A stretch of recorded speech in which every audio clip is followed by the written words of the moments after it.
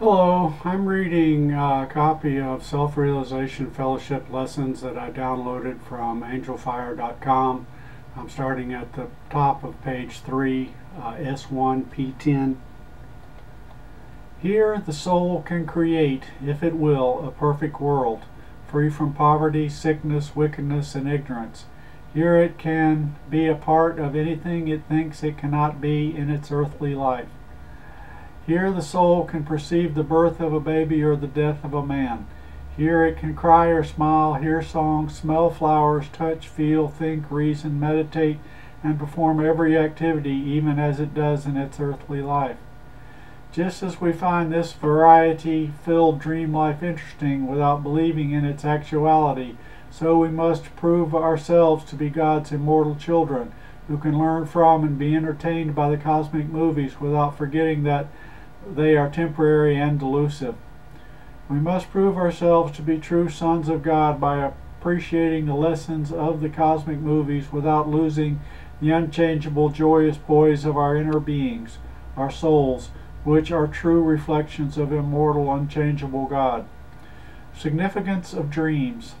All dreams have some significance, even though all dreams are not true. For even meaningless dreams are reflections of disordered, purposeless thinking. In fact, all dreams signify the state of one's consciousness. The worldly man has worldly dreams, the active man has dreams of activity, the evil man has dreams of evil. Imaginative people have fanciful dreams. Matter-of-fact people have dreams of daily activities. The person who is filled with worry and fear has nightmares, which should warn him to change his attitude lest he attract the objects of his worry or fear, not only through his conscious thoughts but also through the powerful vibrations of his subconscious thoughts. The one whose thoughts dwell too much on sexual matters has dreams of sex, which signify that he must make conscious effort to dislodge these acquired conscious and subconscious sex impulses from the conscious and subconscious minds.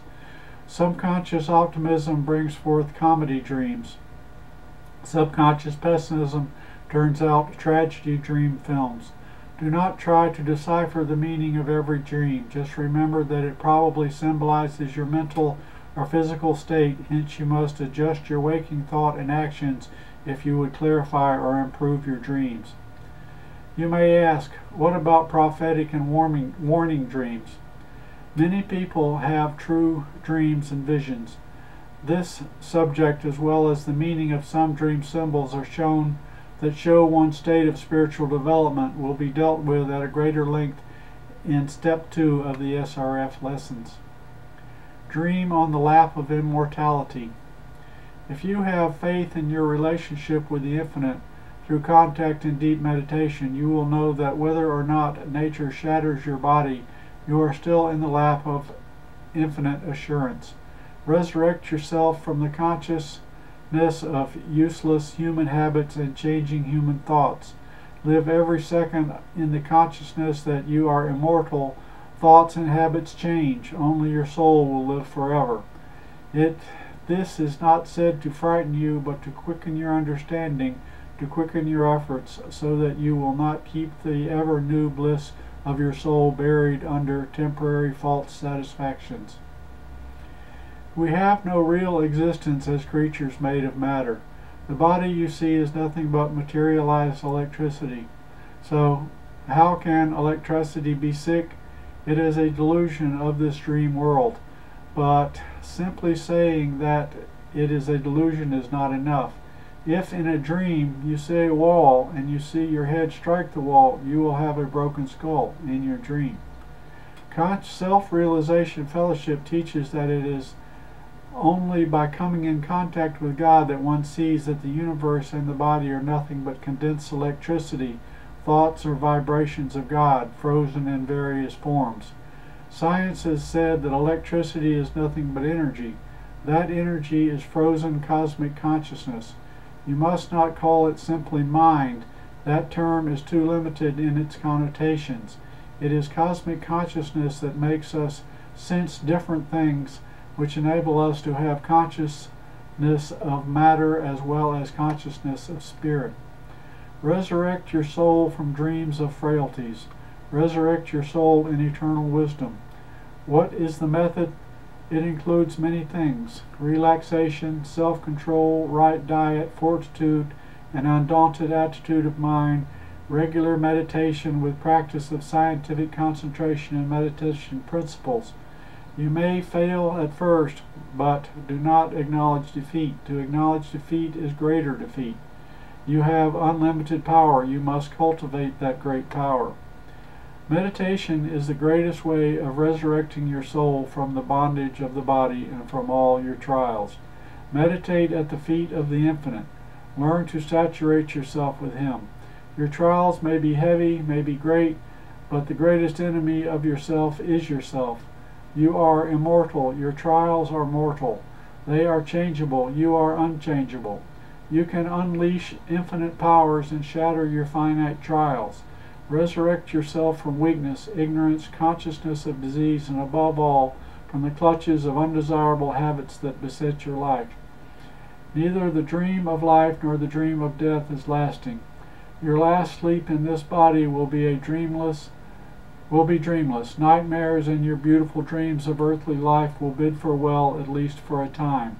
Then, after a short rest in the downy bed of blissful oblivion, you will wake up in another dream of another life in a new earthly setting or even on another planet. Then again you will be deluded into thinking that you are awake when you are still dreaming. Alas, this elusive sleeping and waking in dreams will continue until man knows that he is really awakened only in God. As in your dreaming, we divide our minds into thoughts of many things, such as minds, mountains, soul, sky, and stars, and make every picture out of the tissue of fancy. So God has created in His dreaming mind a star-checkered savanna of the blue, a planetary family which includes the earth and its creatures, laughing, crying, living, dying. May God make us fearless by letting us know that we are waking and dreaming in Him, and that we are His all-protected, ever-happy self. Let us unite our evanescent lives with His imperishable life. Let us blend our flickering happiness, which stales so quickly, into His enduring, ever-new bliss. Thoughts to remember. Dreams can be consciously induced by relaxing and visualizing while looking intently at the point between the eyebrows. Perhaps you do not know that there is anything beyond the state of darkness. You can never believe unless you have experienced it yourself.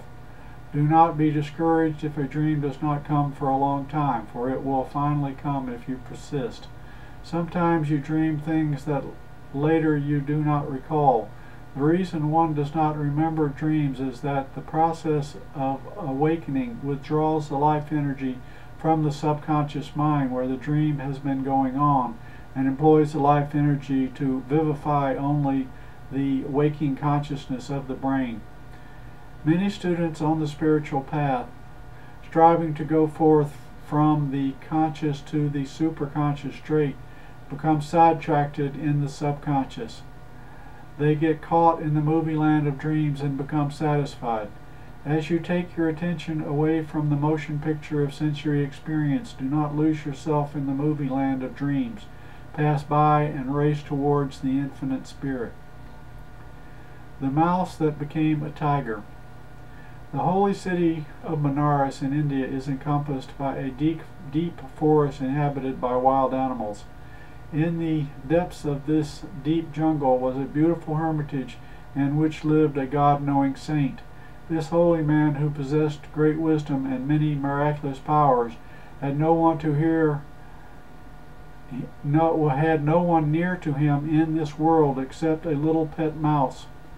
Many pilgrims and disciples braved the dangers of ferocious tigers and other wild beasts of the forest in order to visit the great master, bringing with them offerings of fruits and flowers. A disciple never goes empty-handed to his master, who is God's agent, gives him priceless spiritual treasures. Everyone who came to visit the saint marveled at the great friendship between him and the mouse, and enjoyed throwing tidbits to his pet. One day, while a group of students was visiting the great master in his secluded hermitage, the mouse, chased by a cat, ran squeaking to the feet of the sage for protection. Before the wondering gaze of his students, the saint changed the little trembling mouse into a huge ferocious cat.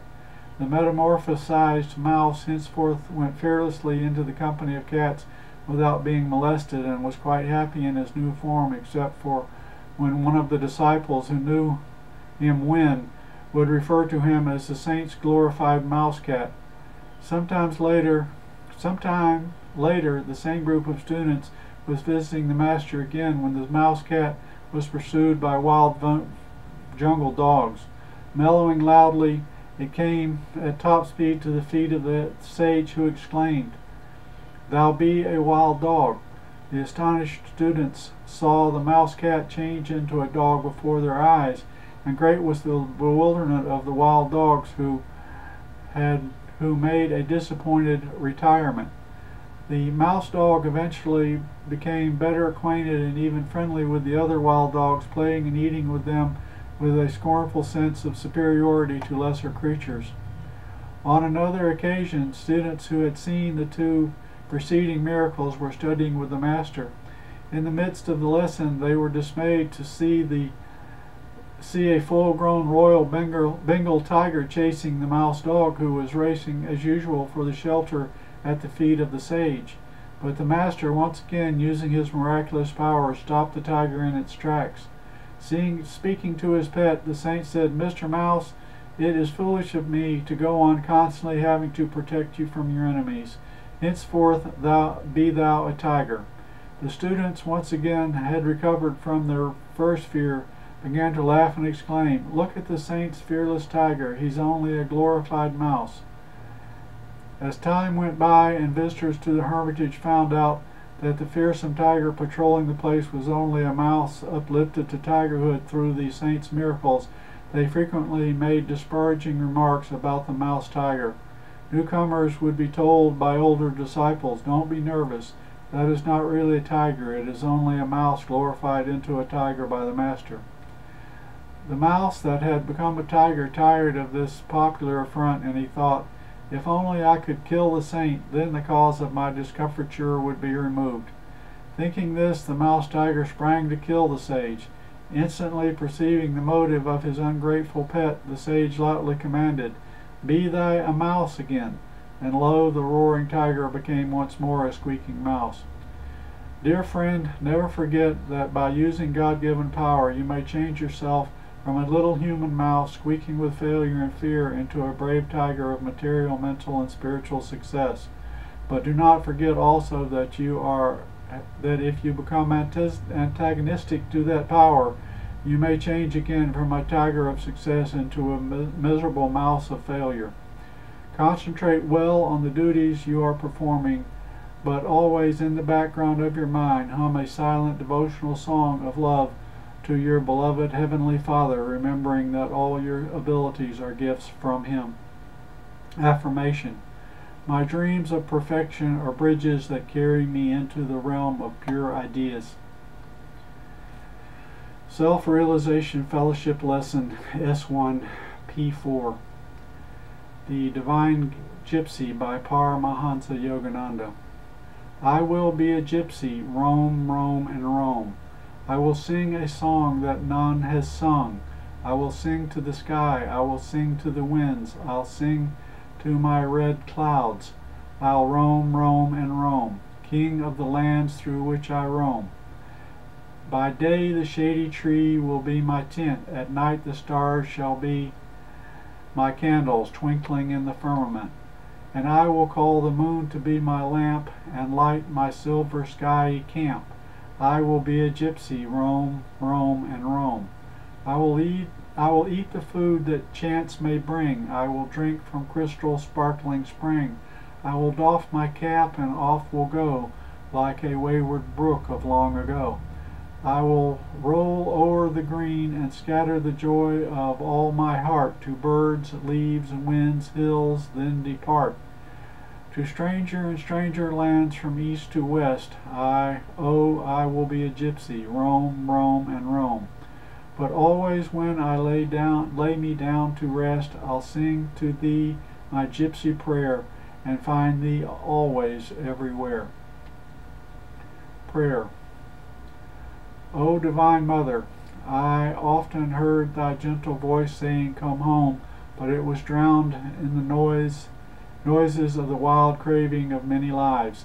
Now I have forsaken the jostling crowds of desire and the solitude, and in the solitude of my mind, my devotion is bursting to hear thy voice again. Plain living and God thinking. Do you realize how you spend your life? Very few of us know how much we can put into life that we use it properly, wisely, and economically. First, let us economize our time. Lifetimes ebb away before we wake up, and that is why we do not realize the value of the immortal time God has given us. Too much time is spent in rushing and getting nowhere. Very few of us stop, think, and try to find out what life can give us. Most people do not think at all, they just eat, sleep, and die. It is important to differentiate between your needs and your wants. Your needs are few, while your wants can be limitless.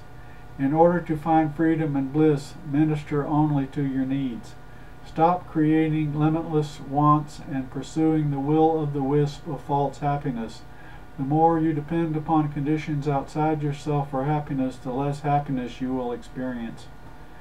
Fostering desires for luxuries is a sure way to increase misery. Do not be a slave of things or possessions. Boil down even your needs to a minimum. Spend your time in searching for lasting happiness or bliss.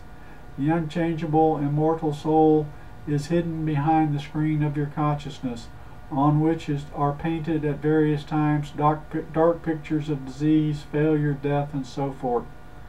Lift the veil of elusive change and be established in your immortal nature. Enthrone your fickle consciousness on the changelessness and calmness within you, which is the throne of God. Then let your soul manifest bliss night and day.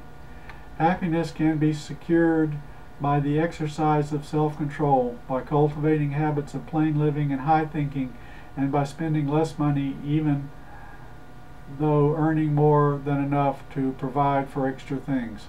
Make an effort to earn more so that you can be the means of helping others to help themselves.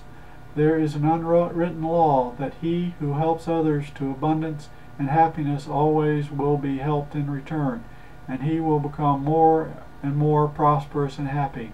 This is an infallible law of happiness. Is it not better to live simply and grow really rich in spirit? True desirelessness. The soul's nature is bliss, a lasting inner state of ever new, ever-changing joy that eternally bestows bliss that does not fade. One who has been made blissful by this joy of the soul finds that the bliss endures, even when he is passing through trials of physical suffering or death. Desirelessness is not a negation of joy, but the finding of fulfillment of all desires in the all-satisfying joy of God. You must attain self-control in order to regain the eternal heritage of all fulfillment lying within your soul. First, by meditation, give your soul the opportunity to manifest bliss, and then, constantly living in this state, do your duty to your body and mind and the world. You need not give up your ambitions and become negative. On the contrary, let the everlasting joy, which is your real nature, help you realize all your noble ambitions. Enjoy noble experiences with the joy of God. Perform real duties with divine joy. You are immortal and are endowed with eternal joy. Never forget this during your play with the changeable mortal life. This world is but a stage on which you play your parts under the direction of the divine stage manager. Play them well, whether they are tragic or comic, always remembering that your real nature is eternal bliss and nothing else. The one thing that will never leave you once you transcend all unstable mental states is the joy of your soul. What is God? The usual conception of God is that He is a superhuman, infinite, omnipresent, and omniscient. But in this general conception there are many variations. Whatever conception we have of God, if it does not influence our daily conduct, if our everyday life does not find an inspiration from it, and it is not found to be universally necessary, then that conception is useless. If God is not conceived in such a way that we cannot do without Him in the satisfaction of a want, in our dealings with people, when earning money, in reading a book, in passing an examination, in the doing of the most trifling or the highest duties, then it is plain that we have not felt any connection between God and life.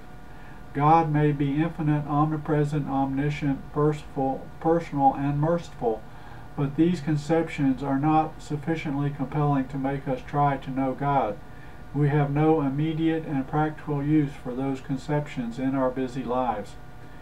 We read about God in various scriptures. We hear from His presence and listen to His praise in the sermons of religious men and saints. We imagine Him behind the veils of the beauty of nature. We think about His existence through the logic within us. But all of these windows through which we try to see God are fitted with the opaque glass of uncertain inference drawn from untested, unscrutinized data. We cannot have full or direct knowledge of God through the limited powers of our intellect, of which give only a partial or indirect view of things. To view a thing intellectually is to view it by being apart from it. Intuition is the direct grasp of truth, seeing it by being one with it. It is by intuition that God consciousness is realized. God is bliss. He is ever existent. When we wish for eternal bliss or God, we also wish for eternal, immortal, unchangeable, ever conscious existence. It must be remembered that to seek God does not give us any excuse to neglect the various physical, mental, or spiritual battles of life. On the other hand, the climbing spiritual aspirant must learn to conquer moods, habits, desires, and so on, in order to free the temple of life from the darkness of ignorance and weakness of disease, so that God's perfect presence may be perceived. As a house full of jewels cannot be seen in the dark, so the presence of God cannot be perceived while the darkness of ignorance, overpowering disease, or mental inharmony prevails. How to know God? To know God is to love Him. Knowledge of God precedes the ability to love Him. At least we must have some little conception of what He really is. We are told He is love, but we know only human love. How can we conceive that wondrous divine love that makes all mankind free? Wood, stones, animals, all things are but different manifestations of God with varying rates of vibration. Our own feelings may be expressed of God, but they are not God. The wave may be a manifestation of the ocean, but the wave cannot be called the ocean. Is electricity God? No, for we cannot switch Him on or off, but He is ever burning cosmic spirit. Do we really know the Supreme Being? Have you seen Him? Some people say He dwells in everything. Others say He is omnipresent, yet space alone is not God. When my master asked me, "What is God?" I said, "God is spirit." When he asked, "What is spirit?" I answered, "Spirit is infinite intelligence." "Yes," he said, "but infinite intelligence is God." So you see that you are talking and reasoning in circles, and in that way you will never get anywhere. Substituting different names for God does not define Him. Similarly, the Bible says the Word was God, but what was the Word? In the same way, when you are asked to define water, you say it is H2O or aqua or rain or ice. and try to define it that way. If you really know what God is, then you can define Him satisfactorily to a new inquirer. But when you try to analyze or define God without knowing Him, you only give your ideas about God. What is God? That is one of the questions I thought I was sure of until I found that I could not make a satisfactory explanation. From my master's explanation, I really learned about God and found Him for myself. God has been a reality to me ever since. Force and controlling intelligence. There are two elemental factors in this universe. First, force, and second, intelligence. Controlling that force, and second, intelligence, controlling that force. You cannot mention any one thing that does not have intelligence. The human body is simply a combination of elements that can be found almost anywhere in nature's realm. Unless intelligence is in it, it is only a combination of these elements and nothing more. With intelligence added, it becomes a live and thinking being. Can intelligence come out of nothing? Is it not reasonable to suppose that somewhere there is some sort of factory that produces that intelligence? We humans are only one of the many products of that factory of cosmic intelligence. God is that invisible factory of intelligence that creates, gives birth to, and harmoniously develops all manifested things. Why do the seasons come on time? Why do we have hunger in the body and food sources on this earth that satisfy that hunger? If there were no cosmic intelligence, we might have hunger but no food. Throughout the universe, in spite of many mischievous pranks of nature, there always seems to be a rhythm, and all things are products of the one factory of the all-ruling intelligence. Even when we say this, still we do not define that intelligence. Here is the explanation. God is the supreme intelligence that governs everything. Some people do not realize that there is a difference between force and intelligence. Electricity is a force, but unless we put it into a lamp, it cannot give a light that can be used. Intelligence puts it into the lamp. All the forces of nature cannot satisfactorily work by themselves without the guidance of intelligence. The cosmic factory of intelligence works in a coordinated way. Steam has a power to make things move, and fire converts water into steam. These are only two of nature's forces, but they, of themselves, in their unharnessed natural state, do not accomplish anything importantly useful. But when harnessed by intelligence and directed rightly, they can be made of great service to mankind. The earth and the whole universe seemingly have been placed on a routine so that human life is made possible. This cosmic intelligence, the rhythm of the spheres, is the product of divine intelligence. The surest sign that God exists is the increasing heart-bursting joy felt in meditation. When your mind is free from prejudice, when narrow-mindedness vanishes, when you unreservedly sympathize with everyone, when you hear the voice of God in the chorus of churches, temples, tabernacles, and mosques, when you realize that life is a joyous battle of duty, but at the same time only a passing dream, and above all, when you become increasingly intoxicated with the joy of meditation and in making others happy by bestowing on them your divine peace, then you will know that God is with you always and that you are in Him. Thoughts to remember. Let us live simply outside and be supremely happy within. Let us learn to build inner mansions of wisdom in the unfading garden of peace that blooms with the million-hued blossoms of beautiful soul qualities. Let us get rich quick by acquiring the incomparable wealth of soul peace and be peace millionaires.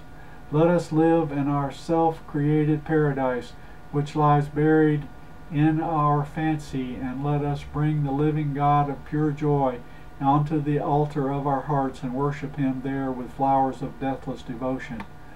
Let us learn to love God as the joy felt in meditation. Let us choose on the good paths of action on which we can race to the goal of self-realization. Let us think of God as we travel on our life's path and finish all progressive actions. Let us ask God to be with us when we, by our own will, choose good actions.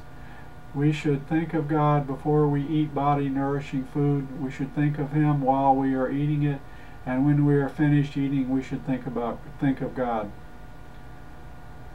We should change our center of consciousness from material desires to a desire for God.